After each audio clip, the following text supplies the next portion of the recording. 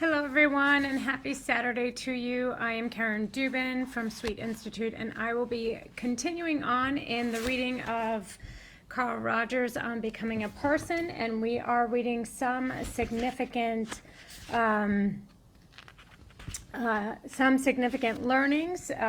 We are at the bottom of page 23 in this section of the book. So here we go. In view of what I have been saying, the next learning will probably not surprise you. Experience is, for me, the highest authority. The touchstone of validity is my own experience. No other person's ideas and none of my own ideas are as authoritative as my experience. It is to experience that I must return again and again to discover a closer approximation to truth as it is in the process of becoming in me. Neither the Bible nor the prophets, neither Freud nor research, neither the revelations of God nor man can take precedence. We are joined today by Tom, who who is also a fan of Carl Rogers. So neither the Bible nor the prophets, nor Freud, nor research, neither the revelations of God nor man can take precedence over my own direct experience. My experience is the more authoritative as it becomes more primary, to use the semantics term. Thus, the hierarchy of experience would be the most authoritative at its lowest level. If I read a theory of psychotherapy, and if I formulate a theory of psychotherapy based on my work with my clients, and if I also have a direct experience of psychotherapy with a client, then the degree of authority increases in the order in which I have listed these experiences.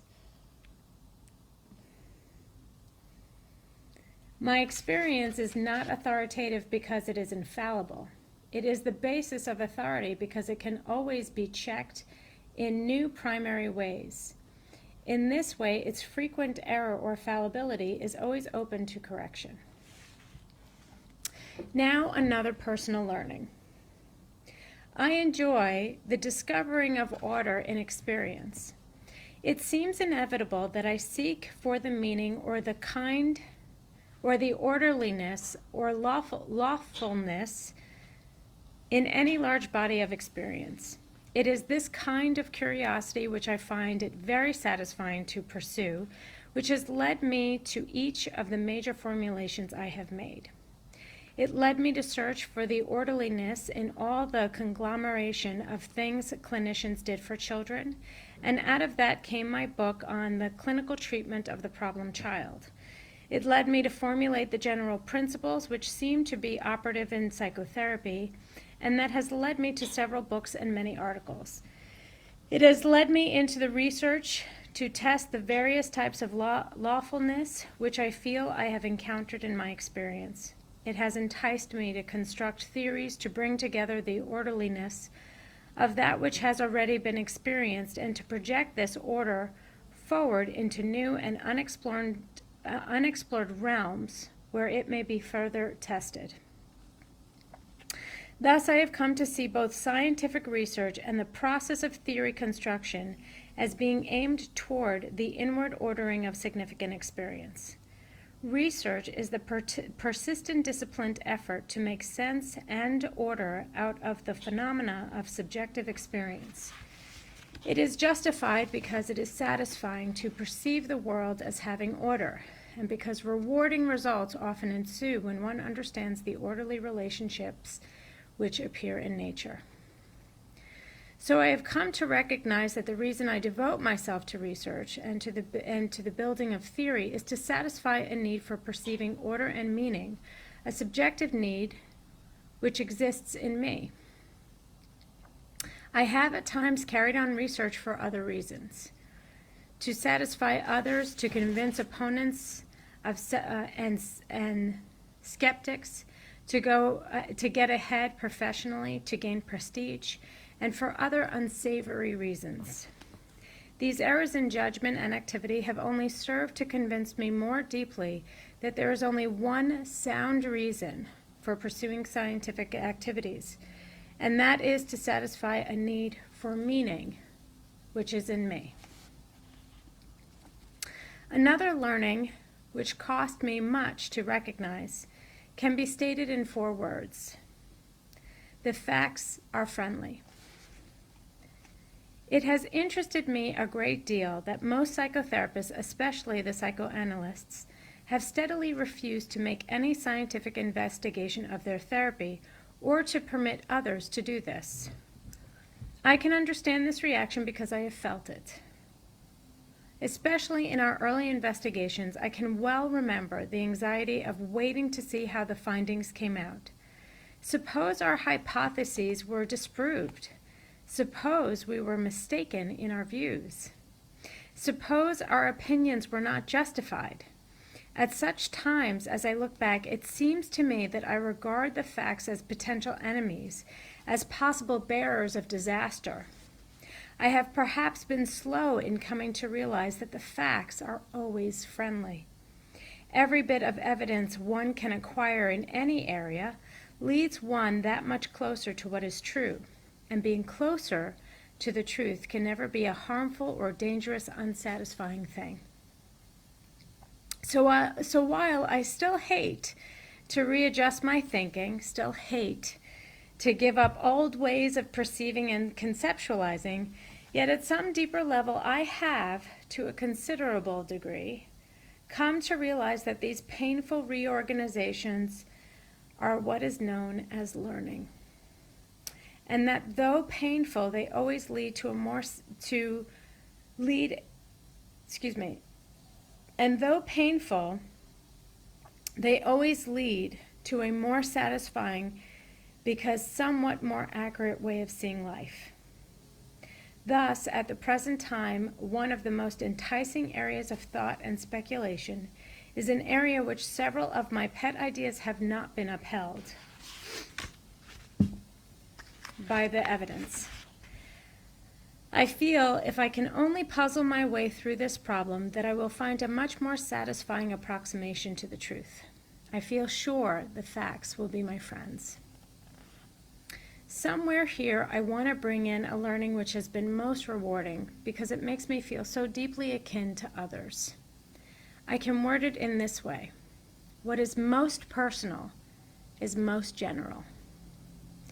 There have been times when in talking with students or staff, or in my writing, I have expressed myself in ways so personal that I have felt I was expressing an attitude which it was probable no one else could understand, because it was so uniquely my own.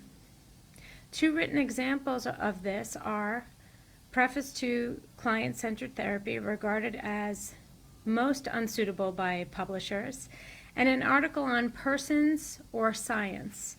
In these instances, I have almost invariably found that the very feeling which had seemed to me most private, most personal, and hence most incomprehensible to others, has turned out to be an expression for which there is resonance in many, many other people.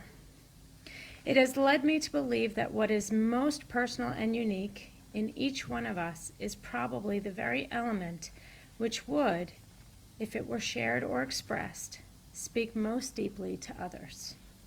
This has helped me to understand artists and poets as people who have dared to express the unique in themselves. There is one deep learning, which is perhaps basic to all of the things I have said thus far. It has been forced upon me by more than 25 years of trying to be helpful to individuals in personal distress. It is simply this. It has been my experience that persons have a basically positive direction. In my deepest contacts with individuals in therapy, even those whose troubles are most disturbing, whose behavior has been most antisocial, whose feelings seem most abnormal, I find this to be true. When I can sensitively understand the feelings which they are expressing, when I am able to accept them as separate persons in their own right, then I find that they tend to move in certain directions. And what are these directions in which they tend to move? The words which I believe are most truly descriptive are words such as a positive, constructive moving toward self-actualization, growing toward maturity, growing toward socialization. I have come to feel that the more fully the individual is understood and accepted, the more he tends to drop the false fronts with which he has been meeting life, and the more he tends to move in a direction which is forward. I would not want to be misunderstood on this. I do not have a Pollyanna view of human nature. I am quite aware that out of defensiveness and inner fear, individuals can and do behave in ways which are incredibly cruel, horribly destructive, immature, regressive, antisocial, hurtful. Yet one of the most refreshing and invigorating parts of my experience is to work with such individuals to discover the strongly positive directional tendencies which exists in them, as in all of us, at the deepest levels. So I am going to end there. We're in the middle of page 27, and I look forward to finishing off this chapter tomorrow. Actually, you know what? Because there's less than a page left, I'm going to finish the chapter now, and then we're going to start a new chapter tomorrow. So here is the end of this chapter.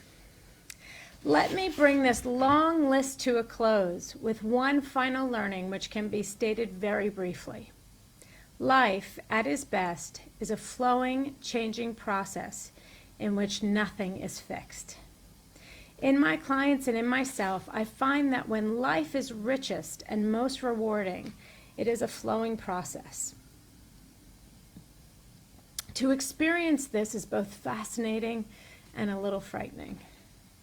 I find I am at my best when I can let the flow of my experience carry me in a direction which appears to be forward, toward goals of which I am but dimly aware. In this floating with the complex stream of my experiences, and in trying to understand the ever-changing complexity, it should be evident that there are no fixed points. When I am thus able to be in process, it is clear that there can be no closed system of beliefs, no changing set of principles which I hold. Life is guided by a changing understanding of and the interpretation of my experience. It is always in process of becoming. I trust it is clear now why there is no philosophy or belief or set of principles which I can encourage or persuade others to have or hold. I can only try to live by my interpretation of the current meaning of my experience, and try to give others the permission and freedom to develop their own inward freedom, and thus their own meaningful interpretation of their own experience. If there is such a thing as truth, this free individual process, if there is such a thing as truth, this free individual process of search should, I believe, converge toward it.